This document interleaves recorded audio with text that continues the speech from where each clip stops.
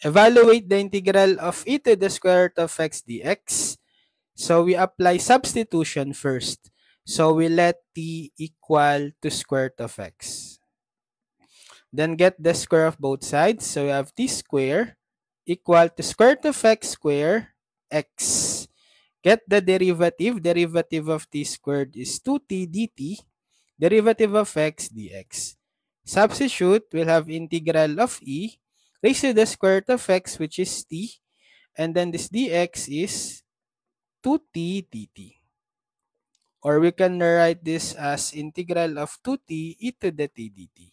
So we can apply integration by parts. So using integration by parts, or IBP for short, integral of u dv is equal to uv minus integral of v du. So we can let u equal to 2t and dv equal to e to the t dt. So get the derivative of u du, derivative of 2t 2 dt. Then integrate integral of dvv, integral of e to the t dt, e to the t.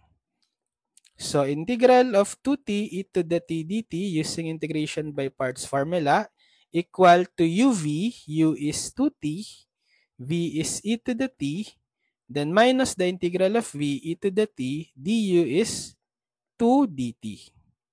So 2t e to the t minus, put the 2 in front, minus 2 integral of e to the t dt. So 2t e to the t minus 2, integral of e to the t is e to the t. Then put plus c for the constant of integration. So the final step is to replace back the t in terms of x, square root of x.